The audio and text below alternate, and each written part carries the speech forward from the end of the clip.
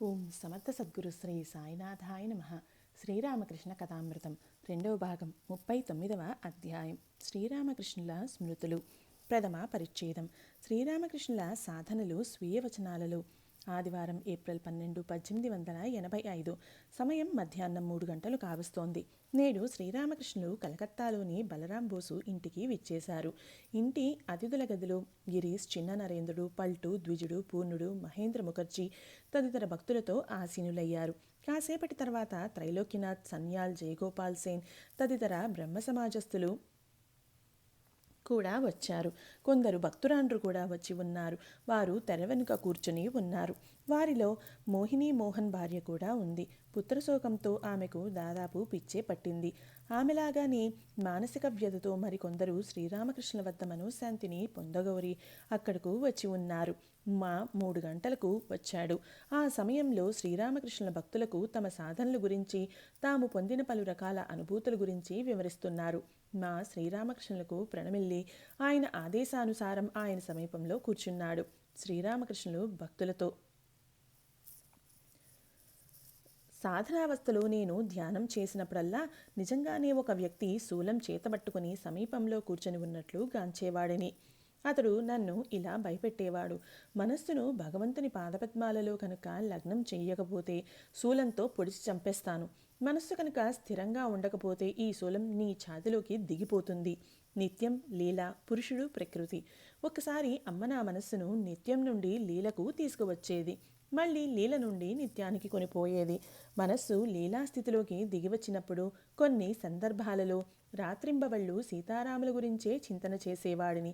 సర్వదా సీతారాముల రూపదర్శనాలు కలుగుతూ ఉండేవి. ఎల్లవేళలా రామ్లాల్ను, అష్టధాతువులలో తయారు చేయబడిన బాలరాముడి విగ్రహం, దానిని వైష్ణవ సాధువొకరు శ్రీరామకృష్ణులకు ఇచ్చారు. చేతపుచ్చుకుని తిరిగేవాడిని.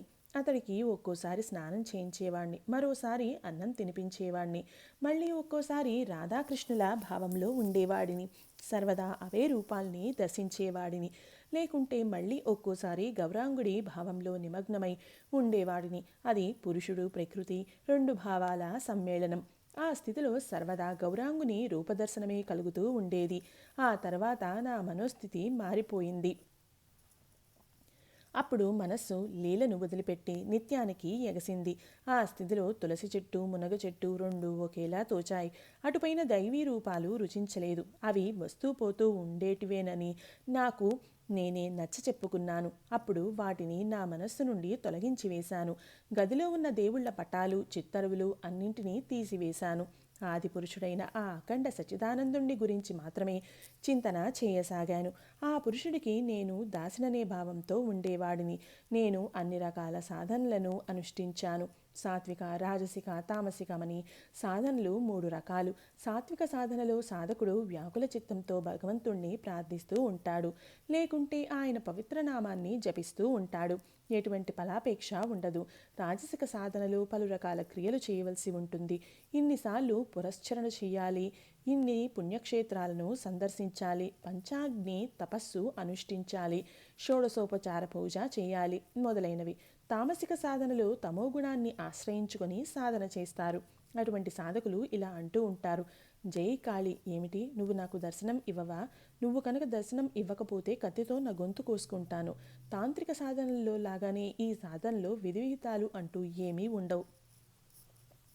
సాధనావస్థలో నేను అద్భుత దర్శనాలన్నింటినీ గాంచాను. ఆత్మ యొక్క సంగమాన్ని ప్రత్యక్షంగా చూసేవాడిని.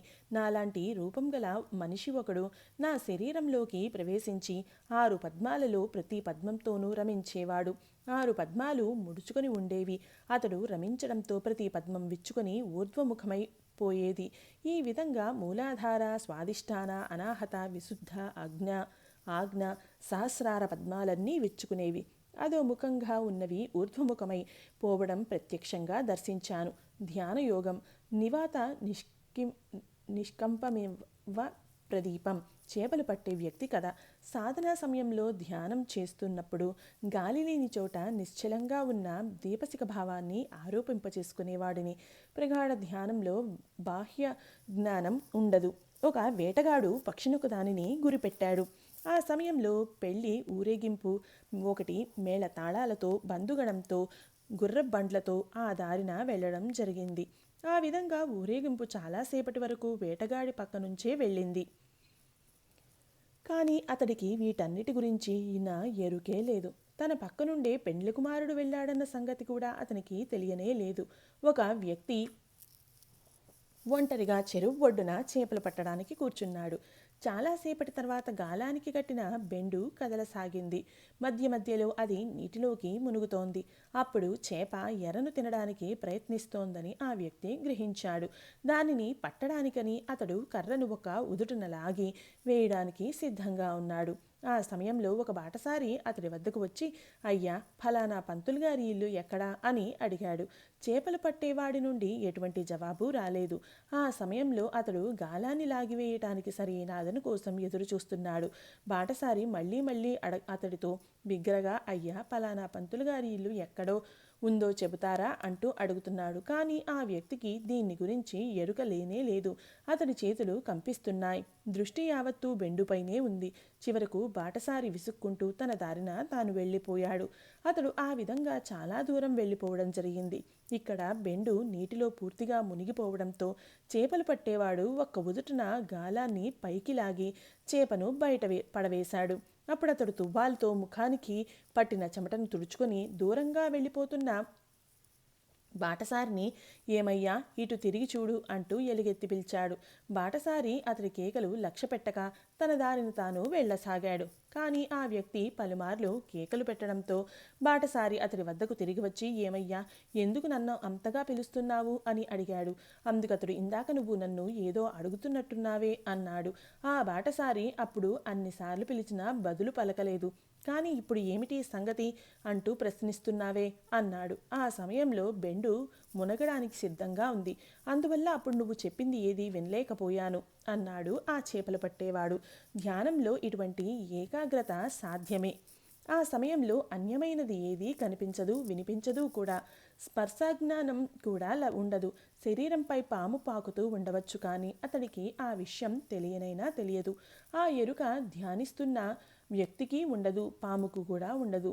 ధ్యానం ప్రగాఢమైనప్పుడు ఇంద్రియ వ్యాపారాలన్నీ ఆగిపోతాయి. మనస్సు బహిర్ముఖం కాదు.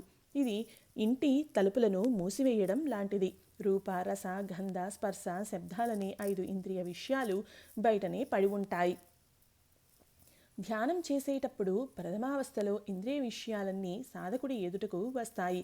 కానీ ధ్యానం ప్రగాఢం అయ్యాక అవి మరి రాజాలవు, బయట పడి ఉంటాయి.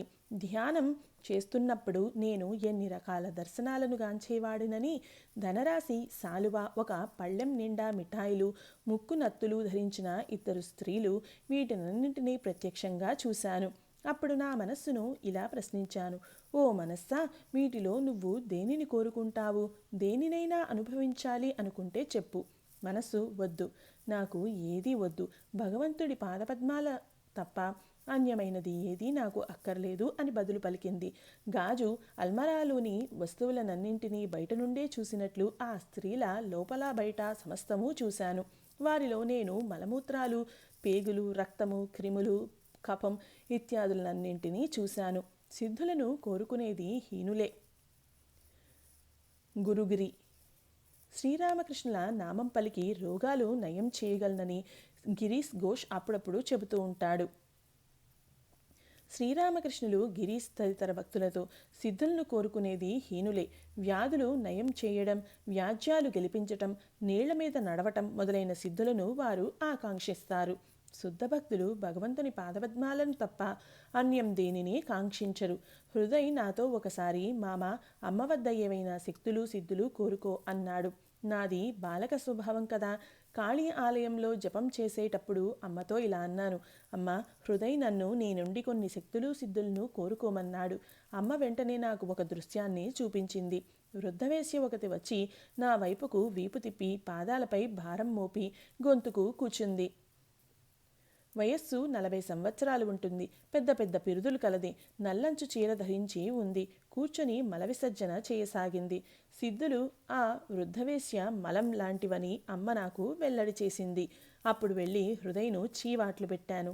అమ్మను ఆ విధంగా ప్రార్థించమని నువ్వు నాకు ఎందుకు చెప్పావు? నీ కారణంగానే నేను అలాంటి దృశ్యాన్ని చూడవలసి వచ్చింది.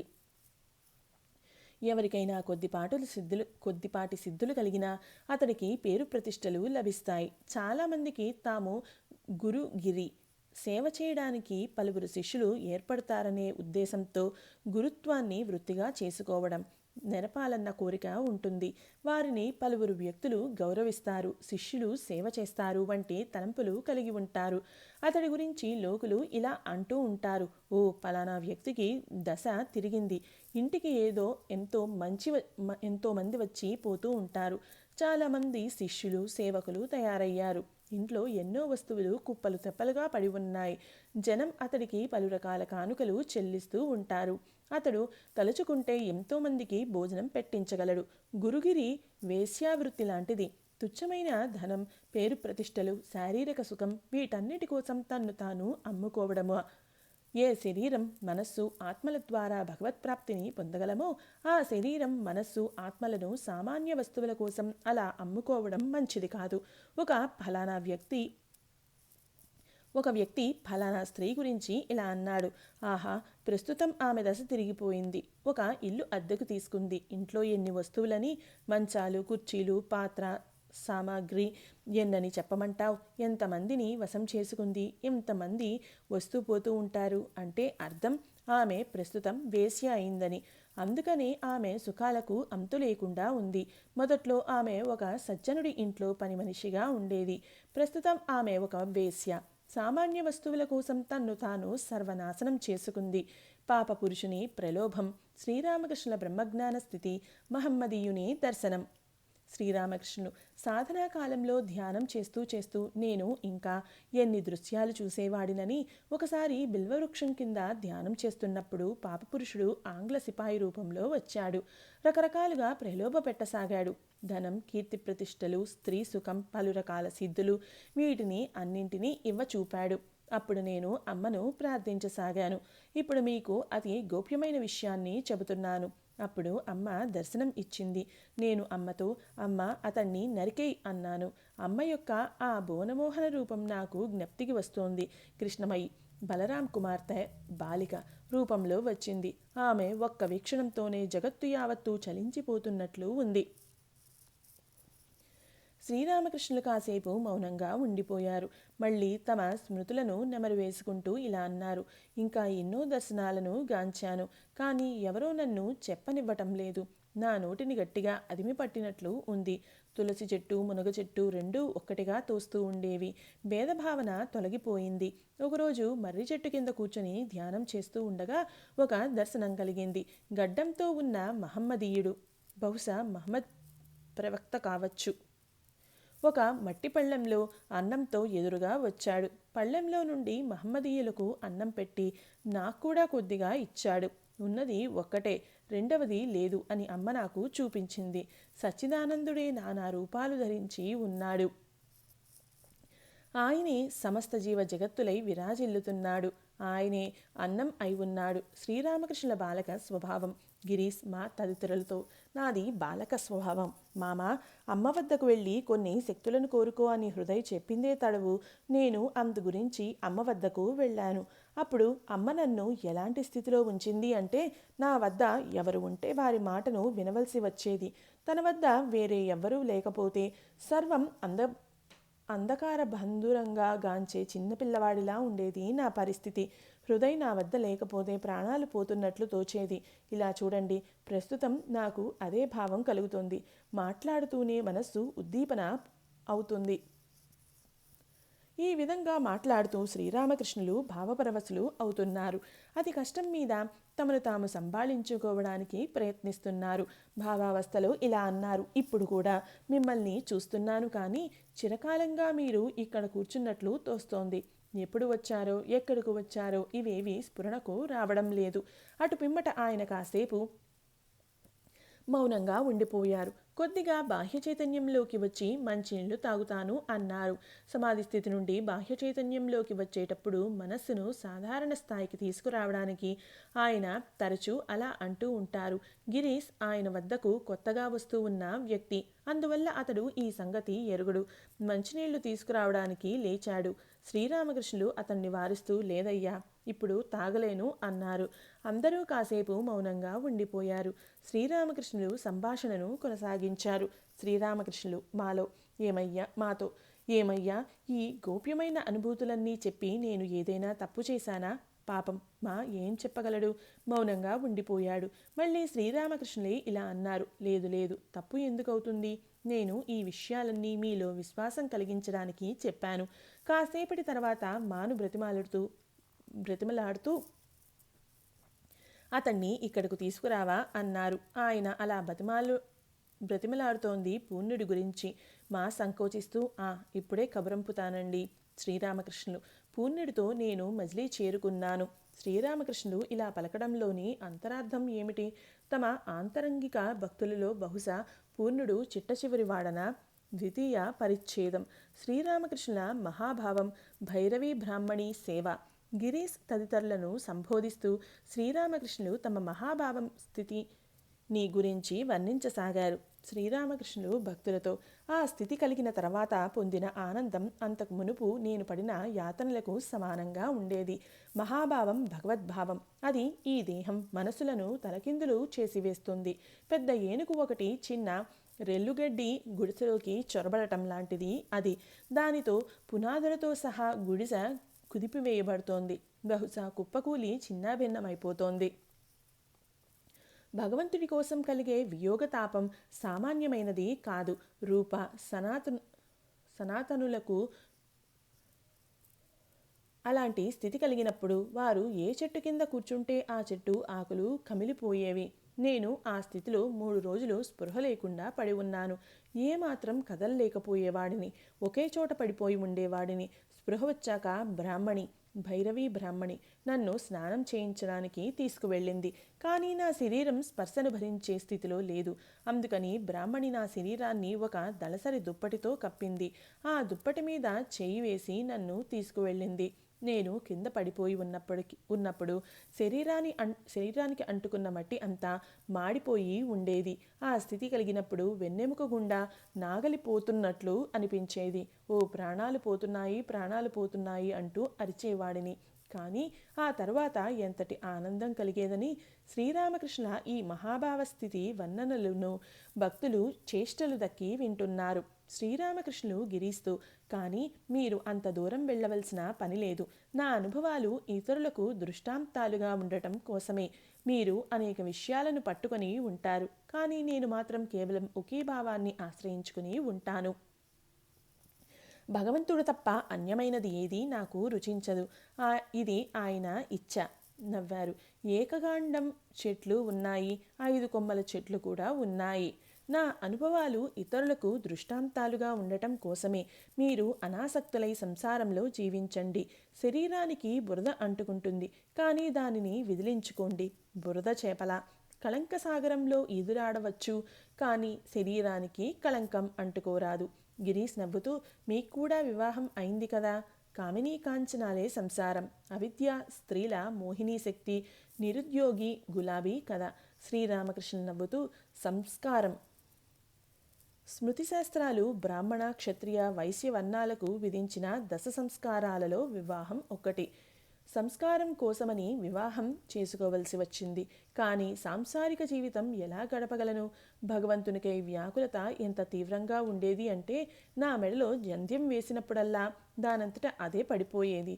నేను దానిని నిలుపుకోలేకపోయేవాడిని. సంస్కారం కోసం సుఖమహర్షి వివాహం చేసుకున్నాడని ఒక సంప్రదాయం వారు చెబుతారు. బహుశా ఒక కుమార్తె కూడా జన్మించింది అంటారు.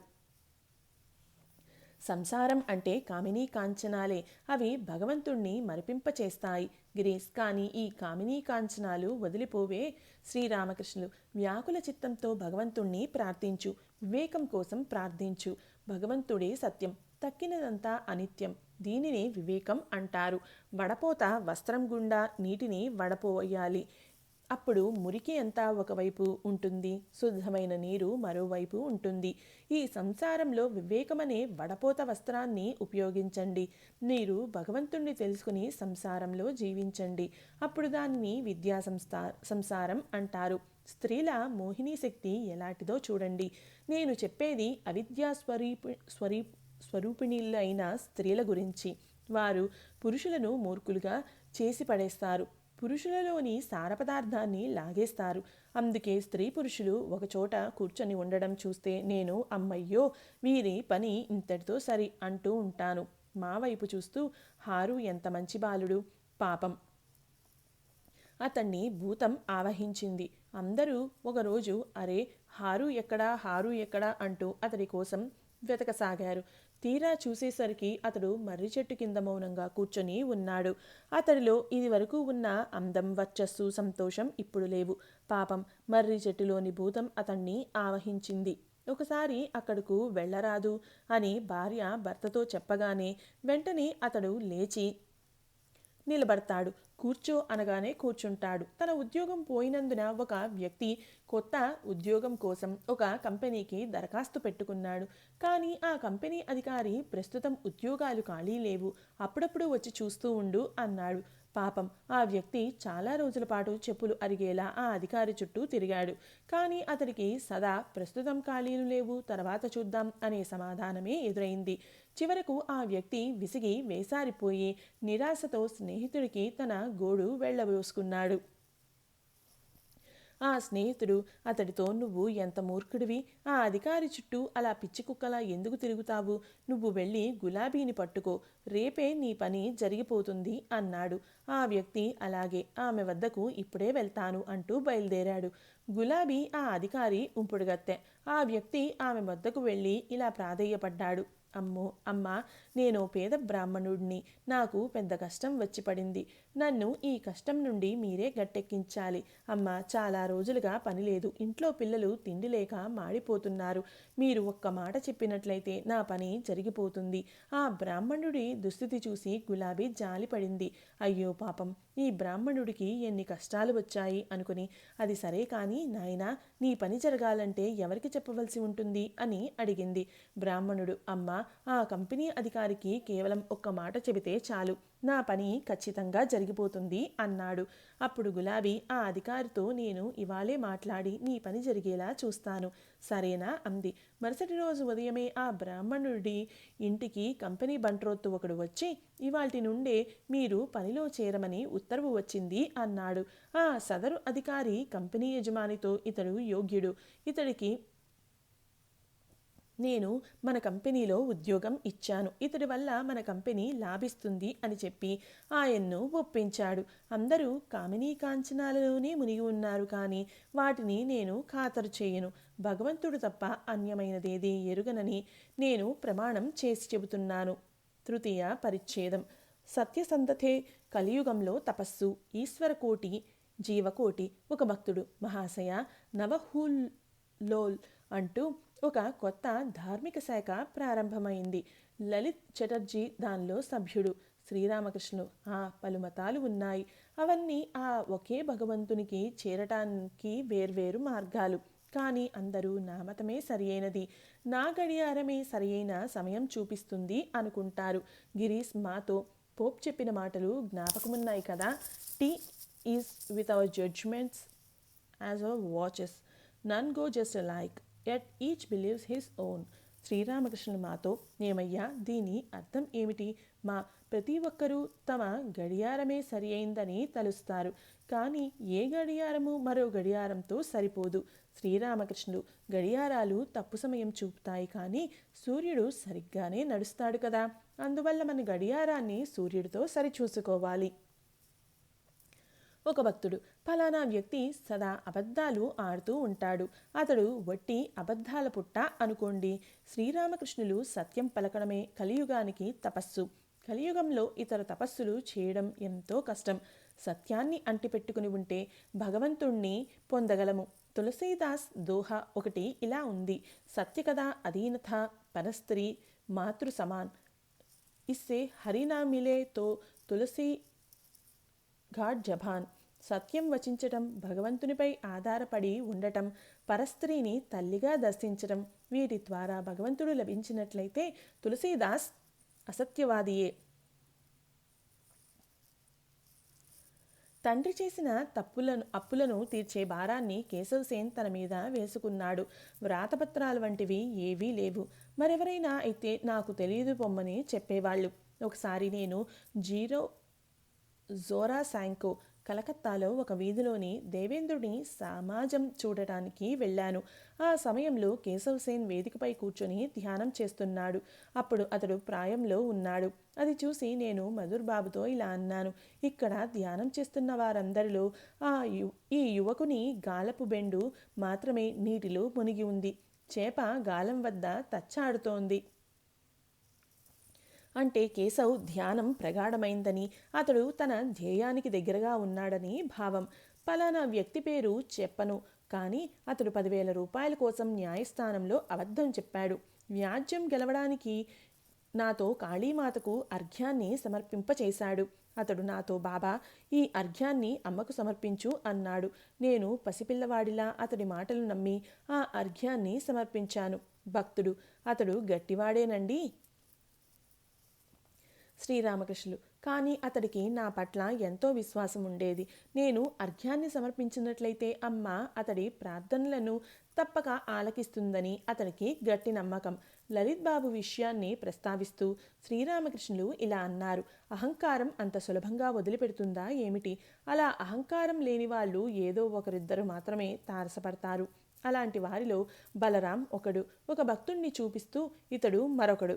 వీరి స్థానంలో వేరే ఎవరైనా ఉంటే అహంకారంతో విర్రవీగిపోయి ఉండేవాళ్ళు. జుట్టుకు పాపిటలు తీసి తమ తమోగుణాలను ప్రదర్శించి ఉండేవాళ్ళు. వారు తమ పాండిత్యాన్ని చూసుకొని ఎంతగానో గర్విస్తారు. చూడు, ఆ లావు బాపనయ్యకు అనగా ప్రాణకృష్ణకు ఇంకా కొద్దిగా అహంకారం ఉంది. మాతో మహిమా చక్రవర్తి అనేక శాస్త్రాలను అధ్యయనం చేసిన వ్యక్తి. ఏమంటావ్? అవునండి, అతడు ఎన్నో శాస్త్రాలు అధ్యయనం చేశాడు. శ్రీరామకృష్ణులు నవ్వుతూ, అలాంటప్పుడు అతన్ని గిరీష్ ఘోష్కు పరిచయం చేస్తే బాగుంటుంది. ఇద్దరు చర్చించుకుంటూ ఉంటే చూడాలని ఉంది. గిరీష్ నవ్వుతూ, సాధనలు చేయడం ద్వారా అందరూ శ్రీకృష్ణుల్లా కావచ్చని అతడు అంటాడట కదా. శ్రీరామకృష్ణులు, పూర్తిగా అలాగని కాదు కానీ ఆ ధోరణిలో ఏదో అంటూ ఉంటాడు. భక్తుడు, అయ్యా, అందరూ శ్రీకృష్ణుల్లా కాగలరా? శ్రీరామకృష్ణులు, అవతార పురుషులు లేక వారి అంశతో జన్మించిన వారిని ఈశ్వరకోటి అంటారు. సాధారణ మనుషులను జీవులు లేక జీవకోటి అంటారు. జీవకోటికి చెందిన వారు సాధనలు చేసి భగవంతుణ్ణి పొందుతారు. వారు సమాధి స్థితి పొందాక తిరిగిరారు. ఈశ్వరకోటికి చెందిన వ్యక్తి రాకుమారుడు లాంటివాడు. 7 అంతస్తుల భవనంలోని అన్ని అంతస్తులకు వెళ్లే ద్వారాల తాళం చెవులు అతడి వద్ద ఉంటాయి. అతడు 7 అంతస్తులను ఎక్కగలడు. మళ్ళీ తన ఇష్టానుసారం కిందకి దిగి రాగలడు కూడా. జీవకోటికి చెందినవాడు ఒక సాధారణ ఉద్యోగి లాంటివాడు. అతడు భవనంలోని కొన్ని గదుల్లోకి మాత్రమే వెళ్ళగలడు. అంతకు మించి అతడు వెళ్ళజాలడు. భక్తి జ్ఞానాల సమన్వయం. జనకుడు జ్ఞాని, సాధనలు చేసి జ్ఞానం సముపార్జించుకున్నాడు. కానీ సుఖమహర్షి సాక్షాత్తు జ్ఞానమూర్తియే. గిరీష్, ఆహా. శ్రీరామకృష్ణులు, సుఖమహర్షికి సాధనలు చేసి జ్ఞానం సంపాదించవలసిన అవసరం లేకపోయింది. నారదుడు కూడా సుఖమహర్షిలా బ్రహ్మజ్ఞాని. కానీ లోకులకు ఉపదేశించే నిమిత్తం ఆయన భక్తిని ఆశ్రయించుకుని ఉండేవాడు. ప్రహ్లాదుడు ఒక్కోసారి సోహంభావంలోనూ, మరోసారి దాస్యభావంలోనూ, సంతాన భావంలోనూ ఉండేవాడు. హనుమంతుడు కూడా అటువంటి స్థితిలోనే ఉండేవాడు. తలుచుకున్నంత మాత్రాన అందరికీ అలాంటి స్థితి ఏర్పడదు. కొన్ని వెదురుగడలలో డొల్ల ఎక్కువగా ఉంటుంది, మరికొన్నింటిలో తక్కువగా ఉంటుంది. ఓం సమర్థ సద్గురు శ్రీ సాయినాథాయ నమః.